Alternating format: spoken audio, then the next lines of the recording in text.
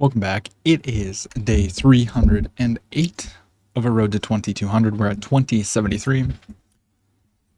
And we found Lina. We have the white pieces.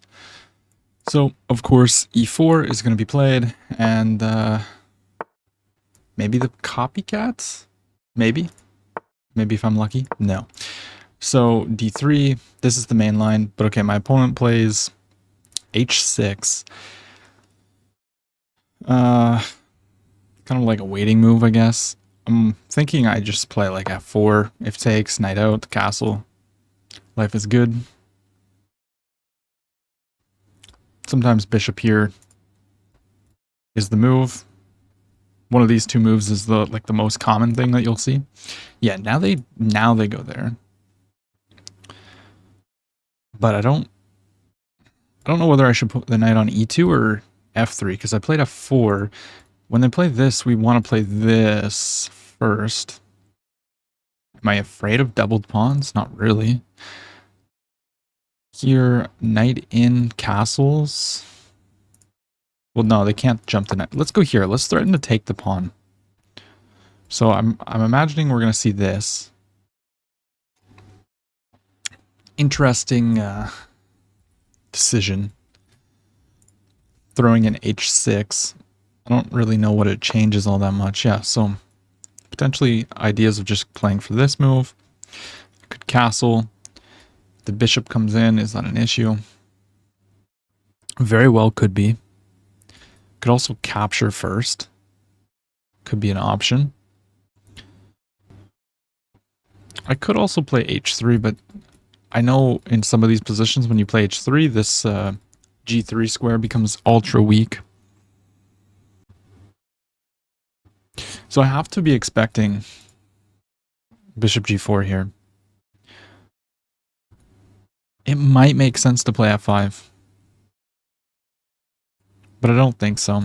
Castles, bishop here. The knight wants to go to this square. Kind of forces me to play this move. And then if takes, queen takes, knight in. I can play either queen d1 or queen f2. Queen f2 is a little bit scary. I'm going to castle. I think we should be okay. Bishop g4, I'll play h3. And the plan's going to be to open this up with this nice bishop for now. Yeah, we're going to go h3 here. We're going to force their hand. We're going to take with the queen. We're going to expect this move. In which case, now I have two different options. This, I mean, feels meh, but I think it's probably the best way. So let's just go ahead and play queen to d1, and maybe we should be expecting this. No. Takes. Okay, I'm gonna first take in the center, opening up the rook. I mean, this seems pretty intuitive. And then, am I afraid of check? No. So let's play knight to e2. We're gonna try and remove this. And if takes, queen takes. If check, I mean, I just move my king. Knight here's not possible. But I do need to be a little bit afraid of these weak dark squares. I would think I'm also threatening a fork at the moment, but it's not quite a fork because they would just move. And then this pawn would be ultra weak after b5, so it's not so simple. Yeah, the bishop just goes back for discovered attacks. So I could take, king over. Could also move the king now. Let's just get the king out of the way. But, I mean, I guess we're walking directly into this, are we not? Maybe that's not the greatest way to play. Yeah. So I can take check. But wait, whoa. Never mind. I don't know why I'm completely missing that move, but yeah, we're just gonna win the knight. Almost completely missed that. We played with a 96, opponent played with a 77. I mean, yeah, so f4, knight here. So after bishop b4, I knew, like, without this move included, I knew that knight e2 is the way to play, but I didn't really understand what the difference was. And then queen f2 is the better move. And this is a mistake. Let's get the eval back on. I was analyzing my student's game, so I had the eval off, but yeah, we got it back on. I mean, it's pretty equal the entire game here. Now I think you can see the eval. Yeah. It's equal until these trades start happening, and then white is slightly better. Knight back, and then this was the first mistake, because I can move my king, and we have the nice bishop check, which I almost played this move, which would just be like, it's not that bad, because we're threatening checkmate. Wait, what? Oh, they make room for the king. I see, I see. And then apparently you're supposed to find bishop takes. I wouldn't have found this move. I can tell you that for a fact. I would not have played bishop to c3. And, or e3. You have to develop the bishop. I could have found this move, but bishop e3, nah. All right, let's play another one. Okay, we found a Mr. 2100 here. Playing d4. We're going to go d5. Just develop the knights. And, okay, so they're going for like a Catalan style position, I think. I like to play c5 against pretty much every single d4 opening, to be honest with you. And I might play bishop d7 and then queen c8, trying to get rid of the bishop. Is there an issue with playing like that? I don't think so. And if they ever go here, I can take the entire center. Although, maybe there's a flaw. The queen opening up. Okay, we're going to go for this. They played a3. But now, I'm going to trade off their really strong bishop. And just play like e6, try to get the pawn back. Okay, okay, actually, you know, we're probably playing this very incorrectly. Question is, do I play e6? I think e6 makes sense here. I mean, I'm blocking my bishop, or my queen. But e5, this might be able to be undermined. With just a simple development move, so I'm just going to play e6. I mean, they can start kicking my knight around if they want.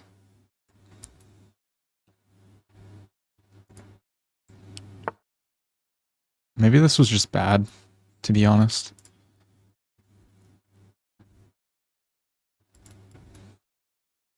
Here. Okay, I need to like start doing something about this whole construction.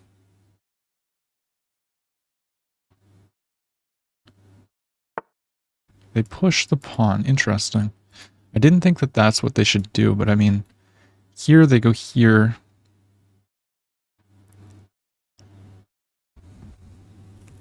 This pawn is weak. They can't really push, so if I play knight d8, it's so ugly. Knight d8, they play bishop here. So I think I need to go here, and then put the knight back. Knight a6 or knight a7 is really ugly, not gonna lie, but two pawns are hanging at the moment, so. And I'm allowing them to take if they want, because I'll just play with the open g file. I'm not really too afraid of that.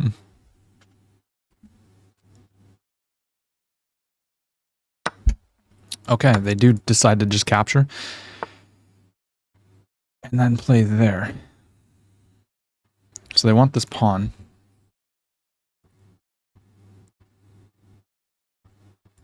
I mean, I could play rook here, and if they take, I can play bishop here. I don't see any immediate problems with that. So this is a poison pawn. And now I'm threatening to take, and then obviously they take, I play bishop to g7.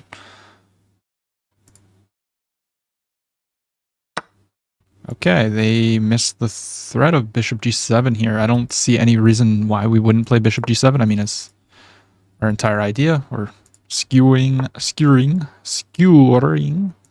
the pieces. And then, I mean, I take that. They're going to take here, maybe? Oh. I mean, I can just take, though. And then this is fine, right? Here, if here. I can also take with the queen. That way on this, I can maybe then just castle long. So maybe taking with the queen makes a lot more sense. Don't see it running into anything. I think queen takes makes a lot of sense. Because now if they take, I can castle. And if they just develop, I can then take this pawn. So rook here maybe, but then I can play like knight takes b5.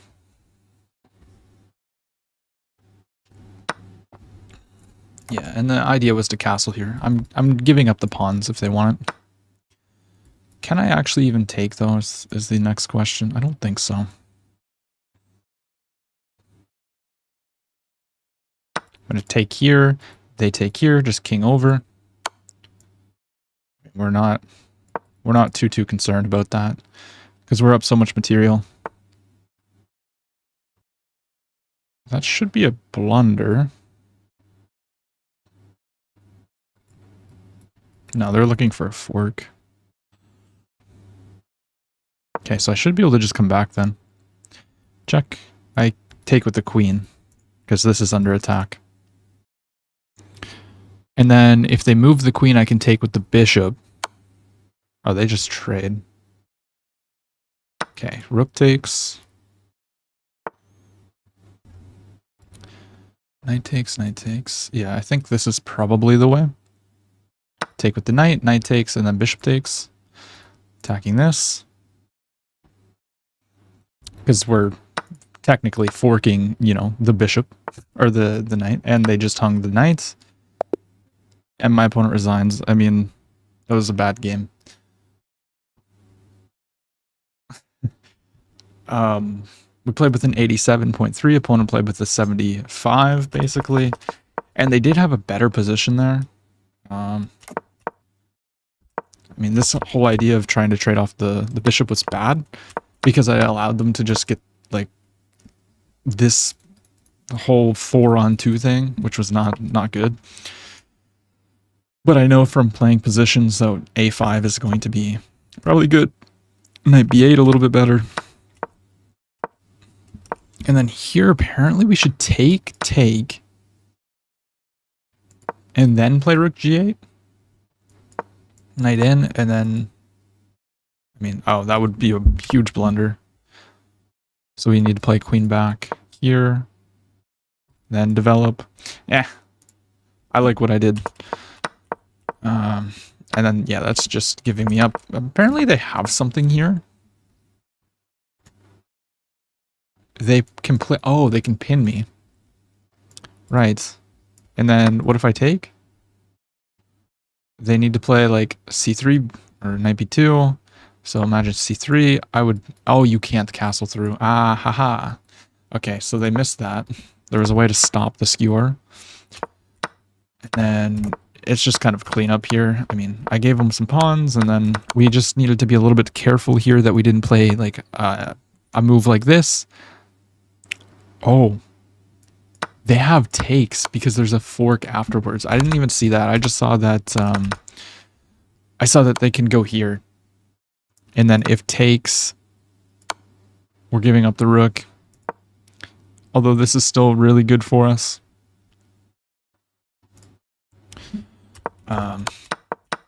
But yeah, I mean, GG. 2090, not too bad. Getting it back up there. Before we wrap up, we're going to hop on to Nocti because we need our daily practice. So we're over on Nocti, and we're going to import my last games that I just played and try to get some flashcards on maybe what we could have done. Okay, so this is the last game that I just played. Nocti has created me 3 exercises to practice from. I don't know why it says bullet game, but it's the ratings for my rapid, so let's go ahead and to analyze this on Nocti here. And so we got this opening.